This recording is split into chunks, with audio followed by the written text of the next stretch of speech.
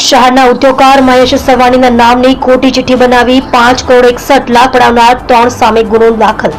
Surat crime બ્રાન્ચમાં ગુનો દાખલ. વેવાયેલી 33 કરોડની મગદલાની જમીન ગોચમાં નાખવા ફાઇનાન્સર ટોળકીનું કારસ્તાન. ક્રાઇમ બ્રાન્ચે આ ગુનામાં મુકેશ સવાણીની ધરપકડ કરી. ફાઇનાન્સર પિતા પુત્ર ફરાર. ઉદ્યોગપતિ મહેશ સવાણીના વેવાઈએ વેડ રોડના ફાઇનાન્સર સાથે 33 કરોડમાં મગદલાની જમીનનો સોદો કર્યો હતો, જેમાં દસ્તાવેજ સમયે ફાઇનાન્સર અને તેના પુત્ર મહેશ સવાણીના નામે 5 કરોડ 61 લાખ લેવાના બાકી છે તેવી ખોટી ચિઠ્ઠી બનાવી વેવાઈ પાસે ઉઘરાણી કરી હતી.